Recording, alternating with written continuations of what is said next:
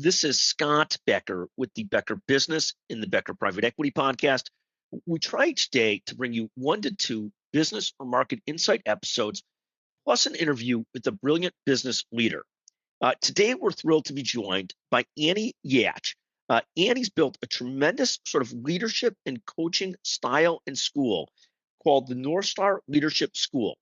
We're going to talk to Annie today about how she founded this, why she did so, the core mission, how they help, and a lot more. Annie, can you take a moment and introduce yourself and tell us a little bit about North Star and how you got this started? Of course. So I'm Annie Yatch, and I help high-performing founders, entrepreneurs, and executives turn trauma-driven survival patterns into very clear, very calm, profitable leadership. And it actually started back in the day when I was coaching and working with a lot of the Navy SEALs from Navy SEAL teams, and I was running a company back probably 15 years ago that hired Navy SEALs to go out into the world and prevent anti-trafficking. And so during that time, I learned a lot about the SEAL teams, and I wanted to bring that incredible information as well as this knowledge about trauma and how to work through it to the leadership teams that I got to work with. And that's remarkable. When you look at leadership development, and when you started this, what was the problem you were trying to solve? What was the gap in the market that you saw, or what led you to this direction? Well, I got to be honest, I became pretty obsessed with solving the problem that we have a lot of leaders in the world who are winning on paper, but they are quietly losing themselves, they're losing their health and their closest relationships in the process to get to success, however they define it. And when I looked at the traditional leadership work that was being done, there's a lot of focus on fixing strategy, but not many people were focusing on what was actually running the leader. And so from my perspective, it's more about the nervous system, the unexamined subconscious patterns, and the cost of not addressing those things that really impact relationships, health, and your ability to be successful as a leader. So most people think it's a time or strategy problem, but it's actually a nervous system problem for all the leaders out there.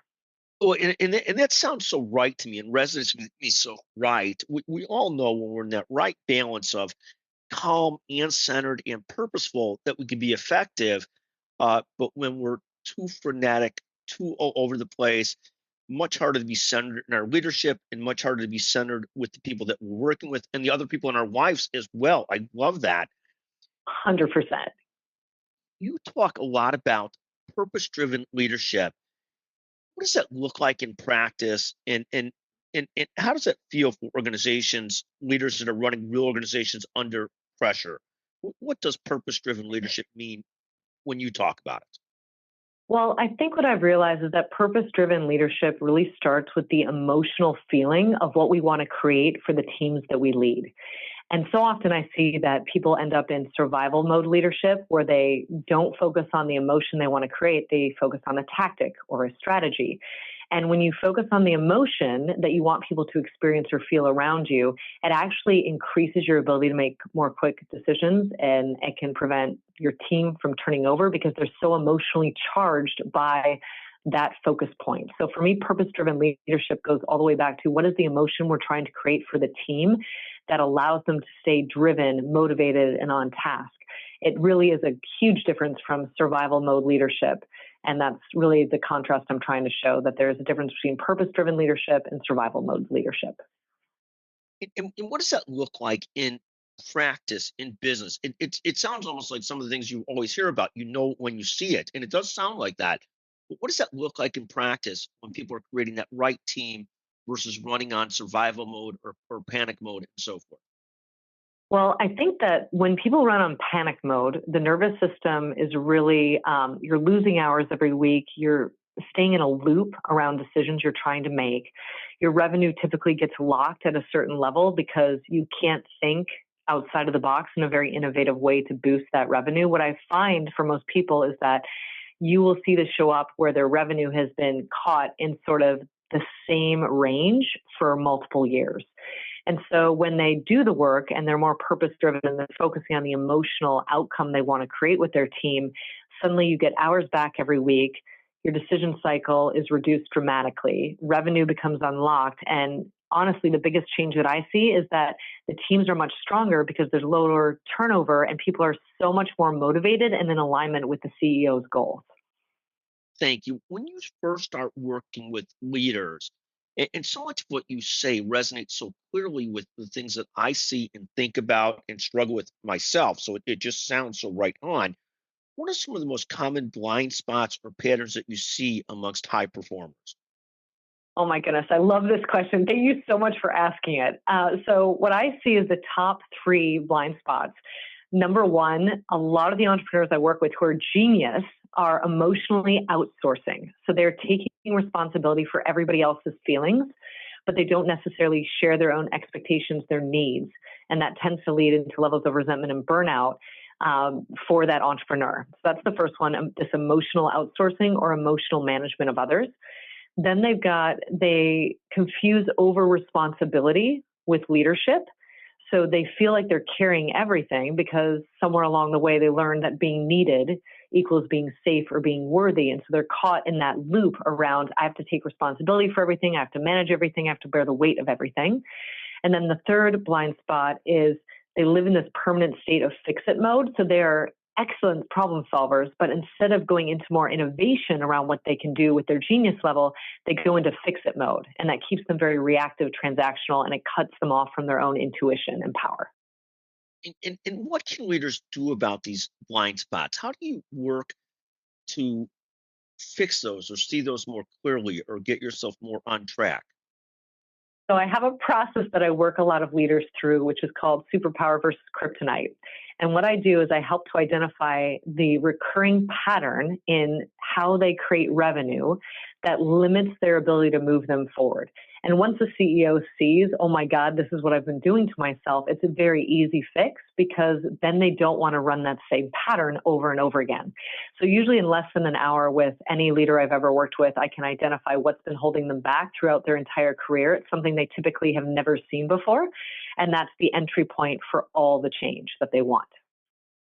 Thank you. And talk a little bit about this next question, sort of developing self awareness in leaders. How do you move leaders? Because so many of the people you work with are highly competent, highly technically competent, and some of them are less as clued into how they come across or true self awareness.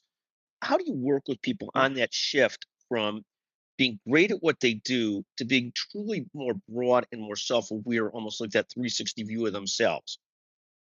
Well, I think self awareness always starts with having an increase in your emotional intelligence. So I think if you can see what you're doing to yourself, if someone can show you that, then you're much more aware of, oh my gosh, if I'm doing this to myself and I can't even see it, what am I doing to other people? So sometimes, people come in and, obviously I'm working with very high performers. Usually that has a lot of ego associated with it. But what I've found is if you can show someone something that they've never seen before about themselves, then they're much more open to developing their awareness and their clarity. And that is really, thankfully, what helps me, I guess, get that in for everybody so that they can start working differently. It's really a way to cease the burnout that we all get into. We're all, I think, as entrepreneurs, sometimes we overwork ourselves, we're overly exhausted. But the reality is we don't have to live in that over-functioning space. We're actually doing things according to a trauma pattern, not according to our own genius zone. So I think when you show a man or a woman, this is how you get into your genius zone versus here's the trauma pattern, nobody wants to go into that patterning anymore. They want to move into their genius zone every day. When you talk about moving into that zone of genius, that zone where people are really doing the best they could do at sort of the top of their ability, they're really self-actualizing as a leader. Talk a little bit about a moment or story from your work that captures that kind of transformation. Because that's a lot of what we're all looking. They talk about it in different books of being in a flow state, being in the zone, being self-actualized. So many different ways to think about it. But a story or a moment on capturing that kind of transformation that you're trying to create in the leaders you work with. Sure, I have many, but one of my favorites is I was working with a founder who came to me convinced that the problem was with their team. They had a pretty large team. They were working overtime. They were managing their team's emotions. They were on the emails. They were seriously considering selling just to get their life back. And as we worked together, they realized that their pattern was never trusting anyone to support them. So they were overfunctioning, rescuing, and then resenting that they were rescuing their team members. And their nervous system literally didn't know how to feel safe unless they carried it all.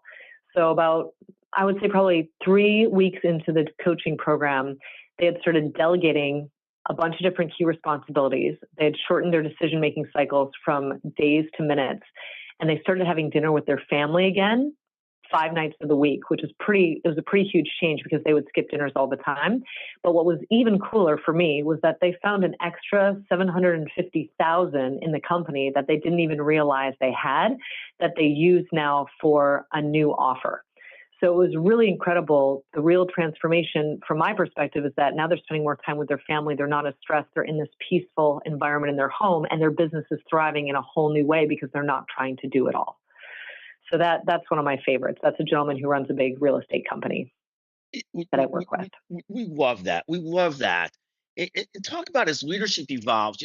Like I was from a generation where if you were to ask somebody, is it more important to be respected or liked? At that point, 30 years ago, someone would have said, not even a question, more important to be respected than it is to be liked. But it seems as though Mhm. leadership has changed so much over the years and over the decades that if you ask me that today, I'd say that as a leader, you better be both, really, because you better be building great teams. You better be best friend, but people got to like you as well if they want to work with you. At least respect and like you. Doesn't mean you have to be buddies, but you have to be liked and respected. But I love your thoughts. As leadership expectations continue to change, what will leadership look like over the next decade? And how is North Star evolving to meet that?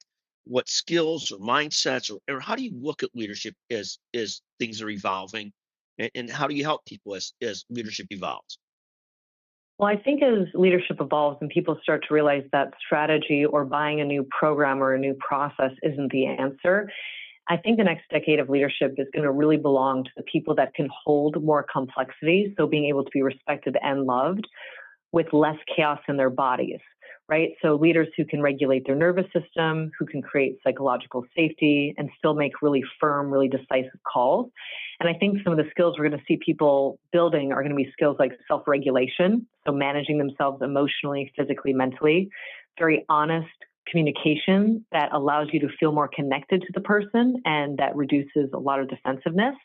I think there's going to be more awareness of people's trauma patterning, and there's going to be there's going to be a greater focus on very clean boundary setting. So it's not going to be a nice to have, it's going to be an essential performance skill that's going to protect all of the organizations we work with from that level of burnout, turnover, and avoiding crises. Thank you, Annie. Annie, let me ask you another question. Observations in working with different types of people, different issues, different challenges, the operation of the nervous system and self-awareness and taking control of that, or maintaining as much of an awareness control of it as possible seems so important. Are there any other observations that you come across in working with men leaders, women leaders, other types of leaders, anything that's top of mind in sort of working with people? Are some men less receptive to advice, more receptive? Or is it just really not gender based? It's all over the board. Well, to be honest, what I've found is that for men who are leaders, they have a cross wiring in their brain where they sometimes believe that they can't have a thriving business and have a peaceful home at the same time. And so, one of the biggest gaps that I think I help on that awareness and leadership piece for men is teaching them how to lead better in the home environment and lead in the boardroom. I joke about it a lot and I say, well, it's like I want you to win in the boardroom and in the bedroom. And so, that's something that I think for men working on their leadership, once you can help them let go of the ego piece. And many men, once you show them the gap, they're 100% all in on doing the work. That's been my just absolute honor of working with men. And then when I work with women, what I've noticed is that women have a much more difficult time investing in themselves and doing this work individually in themselves, even if they're extremely high level performers, because they're so used to taking it all on. And it's harder sometimes to get the woman to be real with themselves to realize, oh my gosh, I do need to accept that help. So for men, it's dealing with the ego. For women, it's dealing with, are they willing to accept help and really move themselves forward? It's an exponential shift, no matter if you're a man or a woman, but men and women have to overcome different aspects of themselves to do the work. Annie, it's really remarkable to visit with you. Let me ask you another question. Do you work mostly with companies that hire you, teams that hire you, individual founders that hire you? Who's the typical client, or is it a mix of all of those? Well, originally when I started doing the work, it was all individual founders, but then the founders were like, could you work with my wife? Could you work with my ex-wife? Could you work with my executive team? Could you work with my employees? And so over time, I think it's evolved to be, yes, those individual founders, but then as they do the work themselves, they're like, oh my God, my entire team needs this. And so that's where I'll jump in and help their executive teams typically. Because once you up-level the executive team's ability to function, everything else in the company can follow from there. But my favorite work is working with individual founders and then their families, because I think that says a lot about the trust they have for the work that we do together. It's simply a remarkable business and career that you have built. Talk about, Annie, when did you found the company? Well, ironically, I started, this is probably my fourth iteration of a company. I started originally as a counterterrorism analyst working for the Defense Intelligence Agency. And that's where I started because that's where I met all these SEALs and started backwards engineering. How do they think? What are their mindsets? What are the structures that allow them to be the most elite team in the world? And so from there, I started trying to solve the problem of why are all the entrepreneurs I know completely burned out, exhausted all the time, their health is suffering, they don't feel fulfilled, even though they're very successful and making millions. And so that's where it all started. But I think over the years, the leadership training evolved. I had a leadership program for kids, and it was helping 60,000 kids across the country. Then I had a leadership program that went in and worked just with executive teams. But now I do a lot more of the private work because I find it so fulfilling to help the entrepreneur, not only make their relationship the best it can be, but then to help their executive team at the highest levels, and then to make sure that their family unit is doing exceptionally well. Because what's the point of having all this freedom, time, energy, money, if we don't have the key relationships in our lives that are, incredibly connecting for us? So that's sort of how it's evolved over the years. But I think my most fun work has been what I've been doing over the last, 7 years or so with these individual founders and their teams. Really, really remarkable. Again, I want to thank Annie Yatch for joining us today. An incredible work that she does with leaders, an amazing perspective. Annie, I enjoyed visiting with you so much. I want to thank you for joining us today on the Becker Business and the Becker Private Equity podcast. Truly just remarkable. Thank you so much. Oh, thank you so much, Scott. It was wonderful being here, and I appreciate everything that you do. Thank you so much.